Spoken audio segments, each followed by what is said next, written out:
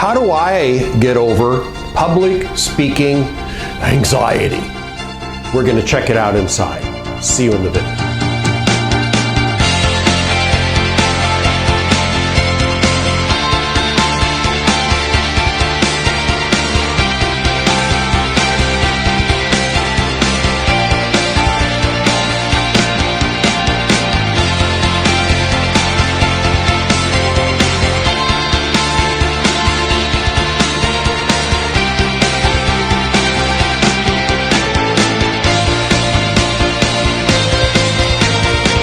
So how do I get over public speaking anxiety? Essentially, how do I get over it and how can you get over it?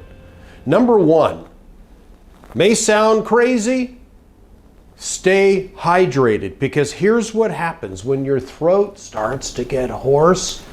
It creates frustration, causes anxiety, causes you to feel like you're under pressure. So have a glass. Like I do, I have water next to me all the time when I produce videos, when I speak on stage. There's no shame. There's nothing unnatural about grabbing water and taking a drink. It humanizes you and keeps your vocal cords lubricated.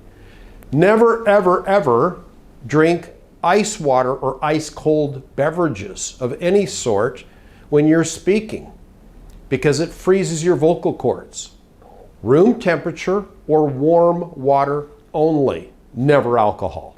Number two, be organized. Be organized. Check out all the audio visual in advance. Make sure if you're using slides that you project against a screen properly. Professional speakers, professionally prepared individuals, corporate trainers, make sure all the boxes are checked before they take the stage, before they present, and being organized, making sure your clicker works, has sufficient battery life, your projector works, your computer's got enough power if you have to go off battery. Be organized. Make sure you create a checklist. Look professional, be professional. Number three, and this reduces any of this anxiety that might come from being a speaker or presenter, trainer, coach. Know your topic. Know it. Be a subject matter expert. Very few can just stand up. I don't know too many. Can count on one hand who can stand up and talk intelligently about a topic where they're not well informed. If you are new, even if you are an expert, my suggestion is know your topic. Do some research. Because if you get thrown a question and you are not well schooled, not well informed, you're going to look foolish and you deserve it. So know your topic. Number four, and guys, the best in the business with whom I've shared the stages many times in my career, rehearse. Pros rehearse in the room beforehand. They rehearse in the arena, in the convention center, before they take the stages, where they are paid to be, paid to speak, paid to be perceived as experts. Rehearse, rehearse, rehearse. Know your material. And I love it when some of these arrogant speakers say, oh, I rehearsed in my head. From the airport, I went through. No. Speak out loud. Do it in front of an audience, in front of your mirror.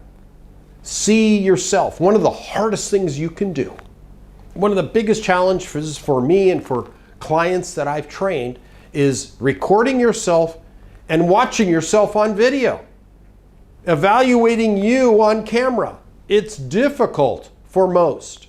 So rehearse 20 times with a new presentation. If it's something you've done many times, rehearse again. You'll find nuances, little changes that you need to make. Because every time I present, without exception, I make a tweak. Sometimes 2 tweaks, improving the same presentation that I've done a number of times before. Number 5, present to a critic and a negative person. Why am I saying this? People that are willing to judge you, make negative statements about you, are few and far between. Most people want to not hurt you. Oh, you hurt my heart. You gave me a negative critique. Thank people who are willing to critique you. You want them in your life because they're willing to tell you the truth. Are you willing to hear the truth? You remember the old expression from that movie, and I think it was with Tom Cruise and Jack Nicholson. He was checking him out. He was prosecuting him in court, in military court. And he said, Jack Nicholson stood up and spoke and said, "You can't handle the truth." Classic Hollywood moment. Someone that is negative or perceived to be negative because they will tell you the truth. Make sure you present to the negative aunt, your critical brother-in-law, your sister, whomever is the most negative person who will then support you and you get to be better. Someone that's willing to tell you the truth. Find that person, embrace him or her, and include them when you have a new presentation. Number 6, my routine and rituals. My rituals are important. What is my meditation routine? It's my medication, if you will. It's my medication/meditation. Every presentation I have provided, that I've given over the years, I meditate before I take the stage. Before I get on video, I visualize my success. I visualize conducting my routine. It is my meditation that rights my mind, focuses me on my objective. That is my ritual. Daily I do that. When I get out of bed in the morning, the first thing I do is drink a full 16 ounces of water. Before I take the stage, I do the same, and I meditate for 5 minutes. It is my medication to right my mind, right my spirit, and get me prepared to deliver the best Mitch. Do the same, you will have the same result. Number 7, select friendlies in the audience.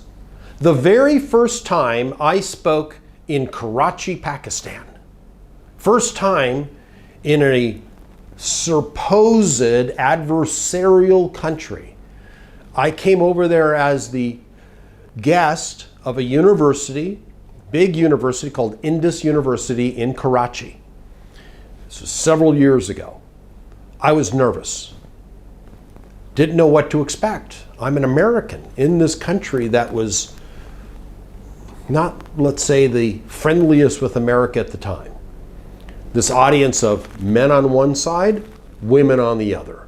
Muslim country, that's the culture, that's the way it is. Quite different than the US, quite different than Canada, and all the other countries where I had spoken previously. I'm in a Muslim country, this is the reality. Who are my friendlies? Now I learned, I did a little research, I couldn't go and shake hands with women. Against the rules. No skin to skin, I could, do this and put my hand over my heart, nice to meet you, but no touching. If I were to connect with a friendly woman in the audience, might not have been the wisest move. But what I did do was shake the hands of many of these MBA students that were in the audience who were incredibly friendly. So everything that I believed before I spoke was 100% untrue. The Pakistani people were incredibly intelligent, incredibly thirsty for information, engaging, friendly, and gracious. All the images that I had believed were incorrect. So for me to find a friendly in the audience was pretty simple. So there's one young man that was always smiling, so I named him in front of this crowd of 600 people as Mr. Mustache. It was my comedic hook to the audience, bridging this cultural gap between this young group of people and me being a man that was older and American, and I used it as a friendly way to connect. Find a friendly in the audience, like I found Mr. Mustache, and I used it probably 3 or 4 times in my presentation. Everybody, ha ha ha ha, thought I was so funny, ha ha ha ha, the funny American. They laughed. I shook his hand at the end and he hugged me because I brought attention to him in a positive, humorous way, not offensive. It was funny. Find a friendly that you can connect with. Number 8, introduce yourself to audience members beforehand. What does that do for you? What has it done for me? And that way you can relate to it. When I go out, before I'm introduced, if it's a huge audience and I have no time to introduce, okay. But if I'm there early and there are people that are around, they're looking forward to listening to you like they are looking forward to listening to me. What do? I don't do what a lot of other speakers do and hang out in the green room.